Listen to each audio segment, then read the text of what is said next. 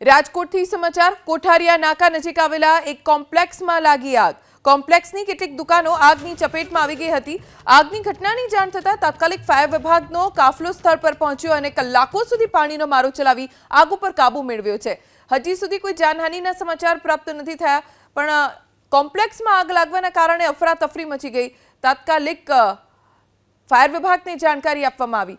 રાતનો સમય હતો જેથી જાનહાનિ ટળી છે, પણ ઘણી બધી દુકાનોમાં આગ લાગી જેના કારણે નુકસાન થયું હોઈ શકે છે। હાલ તો ફાયર વિભાગે આગ ઉપર કાબૂ મેળવી લીધો છે। રાજકોટથી સમાચાર કોઠારિયા નાકા નજીક આવેલા એક કોમ્પ્લેક્સમાં લાગી આગ। કોમ્પ્લેક્સની કેટલીક દુકાનો આગની ચપેટમાં આવી ગઈ હતી। આગની ઘટનાની જાણ થતાં તાત્કાલિક ફાયર વિભાગનો કાફલો સ્થળ પર પહોંચ્યો અને કલાકો સુધી પાણીનો મારો ચલાવી આગ ઉપર કાબૂ મેળવ્યો છે। હજી સુધી કોઈ જાનહાનિના સમાચાર પ્રાપ્ત નથી થયા, પણ કોમ્પ્લેક્સમાં આગ લાગવાના કારણે અફરાતફરી મચી ગઈ।